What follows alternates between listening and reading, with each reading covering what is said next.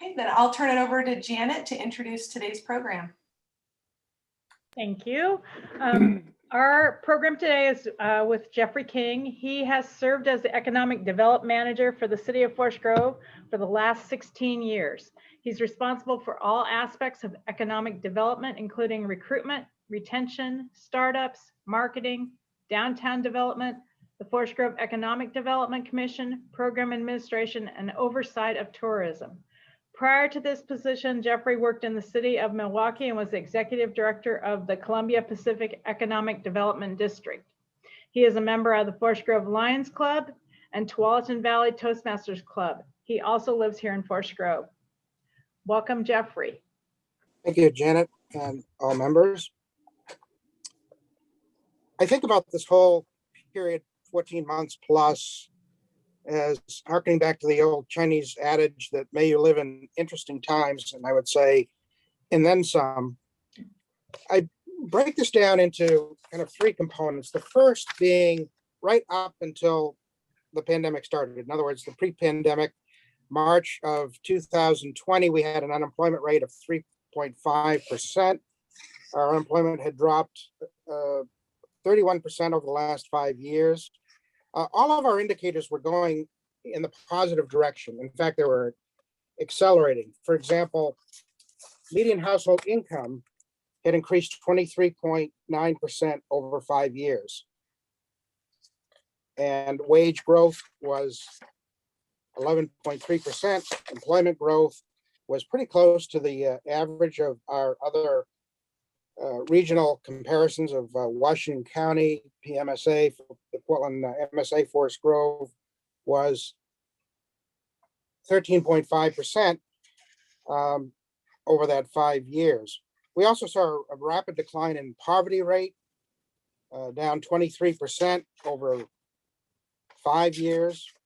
Education attainment had started in terms of high school degrees as well as college graduates had outpaced some of our other comparative areas. So it was really a success. Job creation was moving along. We were seeing a lot of activity. In fact, including a couple of large subdivisions, we had close to almost $1 billion of investment into Forest Grove over the probably preceding 4 years. And then, of course, the pandemic hit. And during that period, everything really switched to survival, particularly among our smaller companies, our local companies, such as restaurants and gift shops, and in particular, the hospitality and tourism industry. We have a lot of locally owned or independent type businesses. And so the challenge was what we could do to help assist those businesses. And a lot of the effort was to either administer funds or to find other resources that were offered by different programs. For example, the city of Forest Grove offered a couple of rounds of grants for small businesses, but we also connected with Washington County, with Columbia Pacific Economic Development District via the state of Oregon, and others to get money administered out to our exclusively to Forest Grove businesses through those programs. So we had about 5 rounds of small business funding made directly to small businesses. They were generally 50 or fewer employees, most under 20 employees. Grants averaged $1,000 to $10,000. And what we found is that it was predominantly food, beverage, retail, and hospitality businesses I had mentioned. The traded sector, i.e. industry and those that sold outside the region, recovered fairly well. There were some small outbreaks in some of our food processing, but there was actually growth during that period. And some small businesses like Ace Hardware and others did quite well because people were staying at home or doing home repair projects and the like. But that particular subsector was really hit hard. And so the battle was on just for simple survival. The funds that we did have could be used for rent, labor, PPE supplies, and some operating expenses. But the other thing we also did is there were other different programs that were directly funded by SBA or through banks, the PPP program, SBA, EIDL. There were some unpaid rent programs for commercial sector, and of course, for residential that is still going on, the Residential Relief Fund, which just finished up. And there were some other sources as well. We made sure to aggressively get as much information, as much detail out to our businesses in Forest Grove, so they had an opportunity to be aware of either applying for these things or helping them with their applications with these different programs. And so when it ended up that we really, as we're getting into recovery, certainly businesses were hit hard, and our small businesses were. But as I'll mention in the final summary, we really didn't have much outright business closure. And right now we're in a sensitive period. We're in recovery. However, this is a period where businesses are challenged because they're both mentally and fiscally exhausted. They're trying to retain their frontline workers, which is a real challenge, including challenges of losing them to large corporations due to incentives and other benefits, and the having enough funds to scale back up to normal operations, which we'll hope come later this summer. So where are we right now? There are a couple of positives, and in the next slide, there is population growth. And right now we're at 435 population, but we continue to see strong population growth. We've grown 10.2% in the last 5 years. We've been hovering between the 5th and 12th fastest growing city in Oregon for cities over 5,000 population, and that creates new opportunities for entrepreneurs and job creation as well. Another indicator of that population growth in the next slide is you can see how we've grown, even over a 10-year period, and that has continued unabated through the pandemic. Again, we've grown over 10 years, 20.6%, and Washington County, which has been very successful over this period, as has generally the Portland metro area, and for the most part the state, have all been growing as well, but we've outpaced all of those regions. So in terms of unemployment, right now we are down to 6.3%, which is right in there, averaging what you're seeing in the metro area in the state, the county itself a little bit better. But in comparison, of course, that's, as the next slide indicates, that's, well, on the first thing down from 11.8% at the start of the pandemic in April, but certainly not where we were at 3% or hovering in the threes for quite a while just prior to that. And you can see where we are is how we compare to how many of those jobs have been gained back since the start of pandemic. We're a little bit, as a state, below the national average of 63%. Portland metro area, still a little bit lower, under the state average or the national average of 13%, under 13%. The county has been a little better, and actually some of the newest numbers show we're probably a little closer to 57% in terms of the jobs that are that have come back that were lost at the worst period, which was in the April period of last year. But what's interesting is over this period, our vacancy rates have stayed very tight. Industrial space has always been around 0% the last 2 or 3 years. It's pretty much around that right now. We're even trying to infill certain hard to fill spaces within existing buildings that do have other operations in them. We've gotten continued demand, but the same thing in commercial retail vacancy rates. And that's where, again, we're us in the state and nationally have been the most vulnerable. Again, your restaurants, your very small gift shops and other type facilities, but we're still around, 3%, a little bit of uptick with mostly from the US Bank building. But there are very few vacancies, or if there have been, they've been refilled. Biscuitology went into a space, and we've got another, looks like a little, another gift shop in what was the Box Grill, which was Little Monkey. And then there's some other spaces that looks like they're about to be filled as well. We've had some new commercial space starting to come on. The Oak Street, I forget the Oak, where there's a new Starbucks about to open. There's a little bit of space in there. There's one space left in the Stonewood Center that may be filled soon. So again, the vacancy rates have been really tight. And again, we're hoping that we're going to make it through this without any further outright closures. Another area that we've seen some success, I mean, certainly the tourism and lodging industries hit really hard, and a lot of jobs were lost. We have some opportunities in tourism, being where we are in Western Washington County, surrounded by mountains and great bike trails and wineries, Pacific University, McMinimans, Sakewan, different unique, really interesting events that we offer. So there's an opportunity for that. And that's why we had added a tourism lodging tax and started to build up through the great work initially from Court Carrier of building up tourism. And so there's a little recovery, not so much, unfortunately, in Portland, but along the coast and other places in lodging. Right now, our latest numbers show that we're in Washington County, which is the best numbers we can get, increased of occupancies around 56%. And just for the month of April, it's higher than that from the indicators we got from Washington County Visitors Association.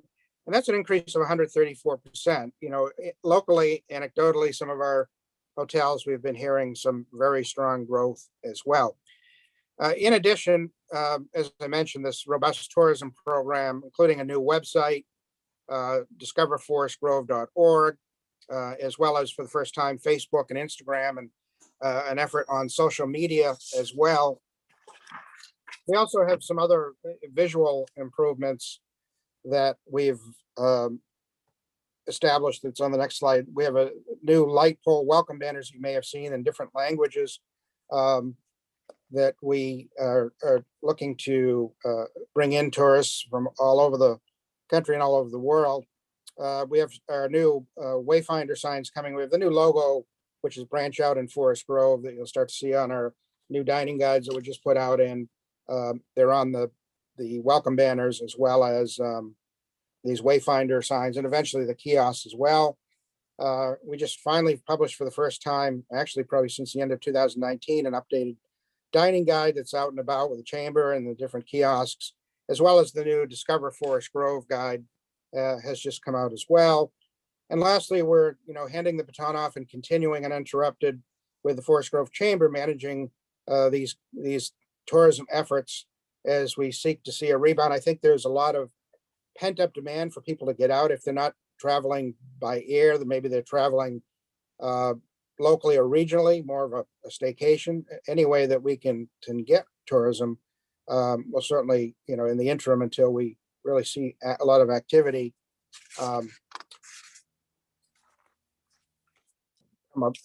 full-on tourism come back. People have money in their pockets and are certainly willing to spend.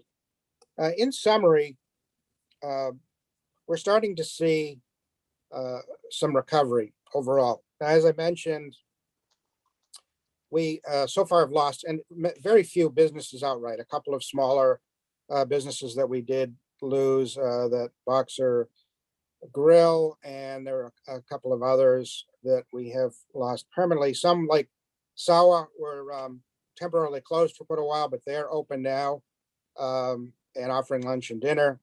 We're also seeing business activity pick up overall. We've got some existing manufacturers that are doing significant expansions, planned a third one in the works, may not be immediate. We even have someone that's looking for not quite a call center, but industrial services around healthcare programs that they have. And we found hopefully some space in a older industrial building that was hard to fill, that may be more of an office-like space where the existing company had taken over the first floor. And we have seen too, even when spaces do come available, we get leads, particularly for any industrial space, and it gets filled up quickly. And that continued just before and now during and after the, hopefully after the end of the pandemic. But again, same with commercial retail activity. We've got a number of leads that I've got now. We've got, as I said, a new restaurant, Biscuitology, and of course, I think the Papa Murphy's Pizza was maybe just before the pandemic. Papa John's Pizza in the Stonewood Shopping Center. We've got some other, a couple of gift stores, one that looks like plush animal products, and another one that might be opening next to the post office. But I've got a number of leads, including urgent care, a UPS-like mail service, a tapas bar with cocktails type of thing. So we're getting more inquiries and we're getting more interest. I think there's been interest in general with Forest Grove in terms of its quality of life, its lower cost. And we've altered some of our marketing too, that we think there are opportunities for people that want to work at home. We have strong broadband. We have a good walkable, safe community, a little less dense, a little less traffic, more room to breathe, that I think certain people are looking at. And also with, modest population growth, there are new opportunities for entrepreneurs as well. And of course, just the fact that we're opening again, there's a lot for people to discover and enjoy. And so that's some of our new messaging that we're starting to put out this month as we seek to see things get back to normal. So that's generally where we are. We're hoping that, again, national and local trends, particularly around the pandemic, are improving. We think we're in pretty good shape too, in terms of what we can offer as a competitive community with a quality lifestyle and somewhat lower cost. I mean, it's relative as we are in the Portland metro area. So we are bullish and we're hopeful that the future will look positive for Forest Grove. Any questions?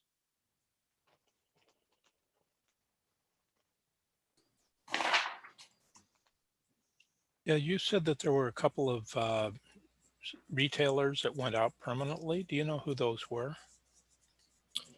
Yeah, well, there was the Boxer Grill, which used to be I think what the name was, and there was also a billiards parlor down on Pacific Avenue. That, and of course the theater, all seem to have closed permanently. The Boxer Grill, which used to be Little Monkey, looks like it's going to be some kind of gift shop. There was also a t-shirt company that made or did logos that was in the building next to the post office, had also closed. That may have been just, some of these were, well, the vault also had closed, now filled with Biscuitology. Some of those were not necessarily due to the pandemic itself, but were pushed over, as kind of a final blow, unfortunately.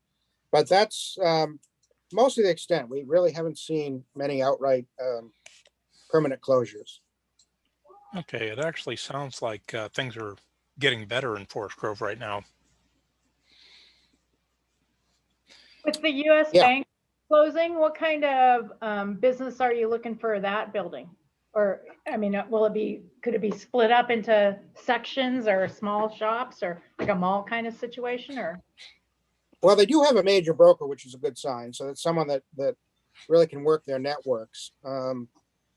So we're, again, looking for something that, of course, it's not entirely up to the city, obviously, but something that fits into the downtown. And it is kind of a unique building that has been a bank for, however long, certainly a very long time, even prior to US Bank. So it was, I'm not sure if it was built for a bank, maybe it was. And so it's a little bit of not the easiest space to fill, but, with increasing demand and with the tightness of facilities, we think there's an opportunity there, but we'll see what happens.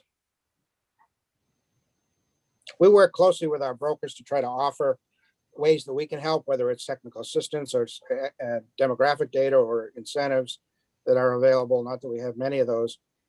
So we're not, while it's certainly a private deal, we're usually intimately involved to try to help shape that or move things along where we can. And on the Oak Street one, that's actually right next door to my office, is there? Right. So you have the Starbucks coming in. When you know when that's opening? And then I thought there was 2 other slots. There are 2 other slots. They've been working with a couple of other leads. We're not sure if they go through or not. And I've got another one that referred over there. the Starbucks should be within a couple weeks. When I talked to Josh, the owner, the developer, yeah, that's really imminent. And then next door, of course, we have the big apartment project, but in the front there should be a Popeyes, and that's, you know, we've got the plans now, and they're needing to come back for their building permits, and that should be hopefully starting soon. If you had a magic wand and you could make the ARPA money for the city of Forest Grove do whatever you wanted it to do, what are your dreams for that? What would you like to see that accomplish here? Yeah, there are obviously a lot of competing demand or use for that ARPA money, and we'll have maybe several opportunities. The city received 5 million. Will come over in 2 tranches, one now and one next year. But there's also county efforts, again, like with the CARES money. Some could be used for small business, and same with the state. But what we're seeing, and because we've been actively trying to work with our businesses to understand where the need is, it seems to be twofold. One, it's the threat of the frontline workers. Again, keeping them, maintaining them, and so trying to find a way to convert that into a program that can keep them, whether it's with some kind of bonus or some kind of short-term increase in pay, or because they're really vulnerable to the fact that every business is looking for employees. And like I said, it makes them more vulnerable to large corporations, and the fact that the industry, particularly around hospitality and restaurants, has been up and down and closed and unclosed, and it's created a lot of uncertainty for employees, and some are leaving that industry outright. The other one is for businesses to scale up, to the point of, can they add back employees or inventory or whatever else to get back at full speed, full customers, looking at whether they might need some kind of capital, whether that could be a long-term low interest loan that maybe have a long term, or could hit certain benchmarks to get them the capital that they need. I seem to be the 2 areas. At this point, what we were doing before, paying for 1 month's rent, those kind of things don't really, everything helps, but not to the point that it did before. It's really about easing the regulations in particular. And second, some things like the unemployment benefit to go away so that employees do start coming back to work. And then helping the smallest companies that maybe need a little bit of capital to make the bridge back to full operations. Jeff, it's exciting to hear about all the continuing improvements and changes that are going on. I can't tell you how excited I am for Forest Grove and its future, particularly with hospitality and tourism. Just yesterday, they had the announcement that Oregon is going to be doing the World Track Championships in 2022. So that's a real positive that it's going to have a real big impact on Oregon. So the long run is looking good. The short term is the key challenge, and judging by all of the different places around the country that are opening back up to tourism, it's a floodgate, and we are right on the cusp of being able to benefit from that. So everything we do right now to market and get the doors open and people to be aware of it is going to be hugely important and greatly successful. There's just so much demand for people wanting to get out, and you guys are ideally positioned. If you haven't gone online to see the new Instagram page on discoverforestgrove.org, we are so exciting a location. All of the beautiful things that there are to see and do and experience. It's amazing to see what you guys have. So congratulations. I know the Chamber will do a good job pushing that ahead and helping to continue to implement the brand that we did. You guys are in a great shape. So congratulations. Jeff, this is Richard Kidd. Thank you very much for the update. It's exciting to see the numbers starting to bounce back and things beginning to gel. I do get a lot of comments, people asking me, why all the apartments coming to town, and we've got an awful lot of residential stuff on the books coming in.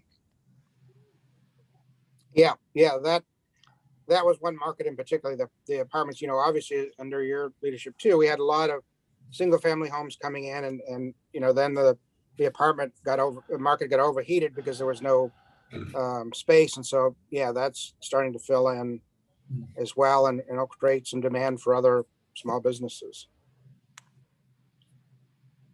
Jeff, I was wondering, I remember there being talk about the West Side grocery store from, I can't remember what they're called now, but is that still happening? Is that still going to be built over by the new apartments? Yeah, that's still in discussion. It looks like it's been delayed, but it should happen with the latest plan. There'll be some apartments above the grocery store. It's kind of it's a coastal supermarket out of Manzanita and Cannon Beach that, has a mixture of upscale goods and prepared goods, local wines, and whatever carry that they have for regular products as well. So we're still optimistic that may start as early as before the end of the year. Jeff, does the city have any plans to address the homeless population, whether with services or housing long term? Yeah, there's a major effort with the community development department and city council and others that have been working on that for a while, in conjunction with obviously other partners. So that's a significant effort that they're trying to tackle. Absolutely.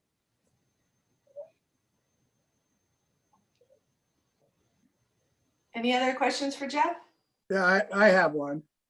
I spent a lot of time in trying to develop stuff, and in fact, I think I was on the committee that hired you 30 some years ago on the Columbia County. That's correct.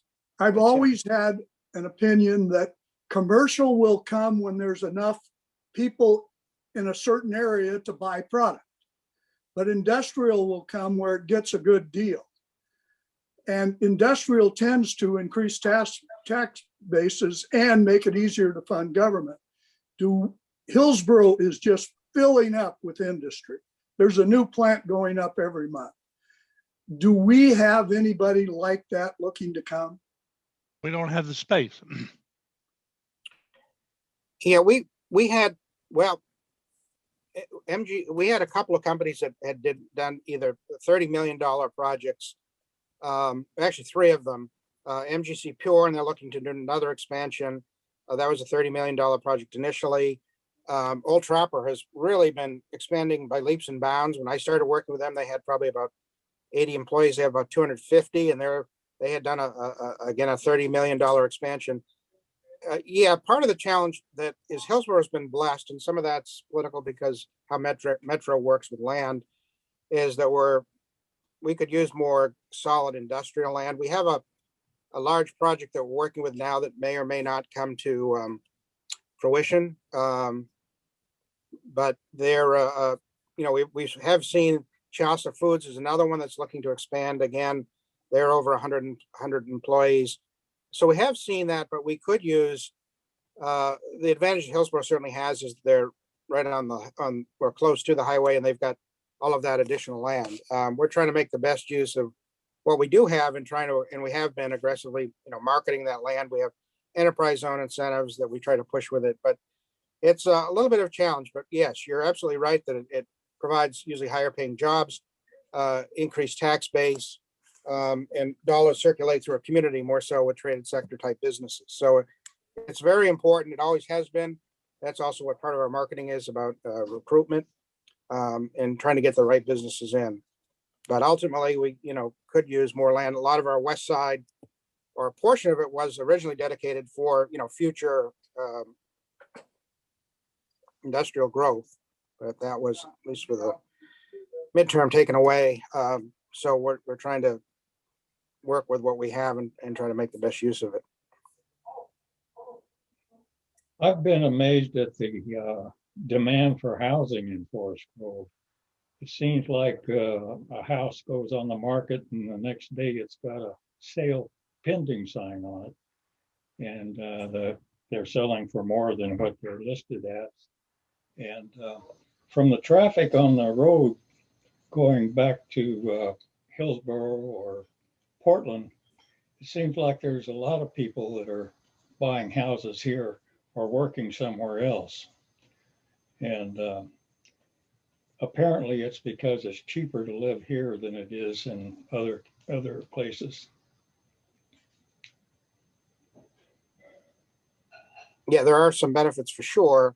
Certainly quality of life, and certainly power is a little bit lower. Land, it's variable. But we're trying to get, again, a certain percentage to work from home, or at least reduce their commute. Some are, working in Hillsborough, they're not all going into Portland by any means. But we have seen more traffic. We've seen some road improvements, but still not what we're starting to see really in the inner metro of Portland in terms of traffic congestion.